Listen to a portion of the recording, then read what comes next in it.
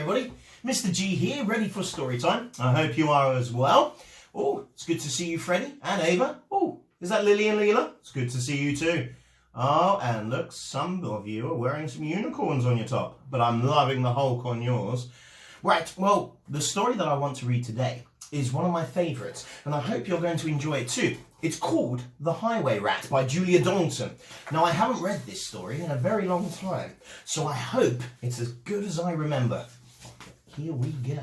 Now, the highway rat was a baddie. The highway rat was a beast. He took what he wanted and he ate what he took. His life was one long feast. His teeth were sharp and yellow. His manners were rough and rude. And the highway rat went riding along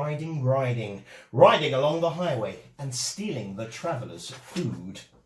Now a rabbit came hopping along the road, then stopped with a paws in the air. For blocking her way was the highway rat, who cried out, "Who goes there? Give me your pastries and puddings, give me your chocolate and cake, for I am the rat of the highway, the highway, the highway. Yes, I am the rat of the highway, and whatever I want, I take." "I have no cakes," the rabbit replied, "just a bunch of clover." The highway rat gave a scornful look, but he ordered, "Hand it over. This clover is bound to be tasteless. This clover is dull as can be. But I am the rat of the highway, and this clover belongs to me." A squirrel came bounding along the road, then stopped with a shake and a shiver, for reining his horse was the highway rat, who thundered, "Stand and deliver! Give me your buns and your biscuits, give me your chocolate eclairs, for I am the rat of the highway, the highway, the highway. Yes, I am the rat of the highway, and the rat thief never shares." "I have no buns," said the squirrel replied. "I just have a sack full of nuts." The robber snatched the sack and snarled, "I'll have no ifs or buts. These nuts are probably rotten. These nuts are as hard as can be. But I am the rat of the highway, and these nuts belong to me." Some ants came crawling along the road, then stopped with a somersault. For barring his teeth was the highway rat, who bellowed a deafening halt. "Give me your sweets and your lollies, give me your toffees and chews, for I am the rat of the highway, the highway, the highway. Yes, I am the rat of the highway, and nobody dares refuse." We have no sweets," replied the ants. "We just have a nice green leaf." "Oh, no, you don't, not anymore," declared the highway thief. "This leaf is nasty and bitter. This leaf is as thin as can be. But I am the rat of the highway, and this leaf belongs to me." With never a please or a thank you, the rat carried on this way. Flies from a spider, milk from a cat. He once stole his own horse's hay. The creatures who travelled the highway grew thinner and thinner and thinner, while the highway rat grew horribly fat from eating up everyone's dinner. A duck came waddling down the road, then stopped with a "How do you do?" "I see you have nothing," the rat replied. "In that case, I'll have to eat you.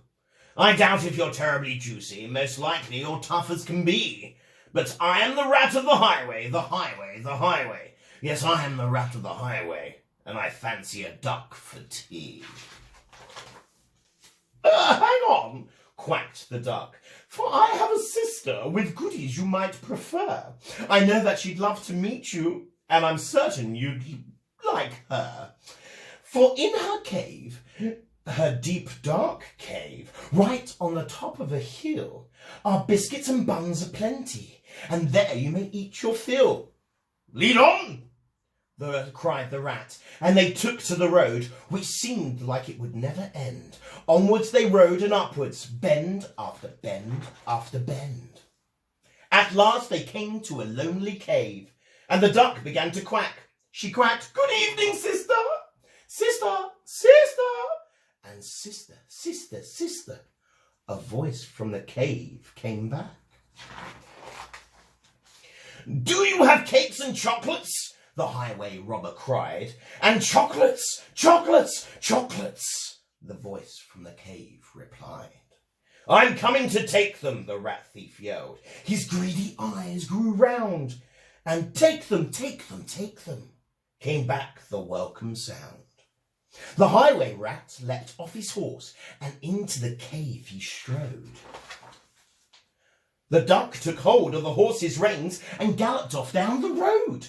Faster and ever faster, following all the bends, the plucky young duck went riding, riding, riding, galloping down the highway back to her hungry friends.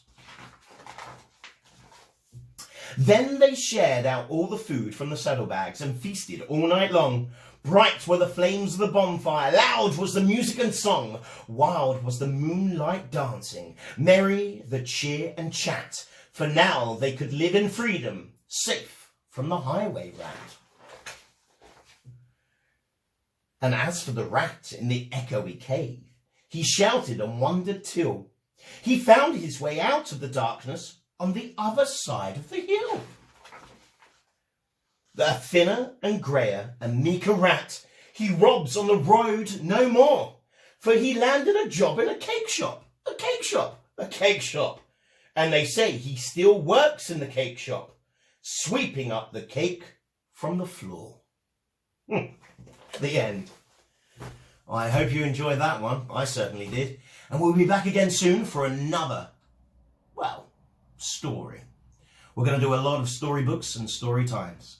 So I hope you can join me then. Bye-bye for now.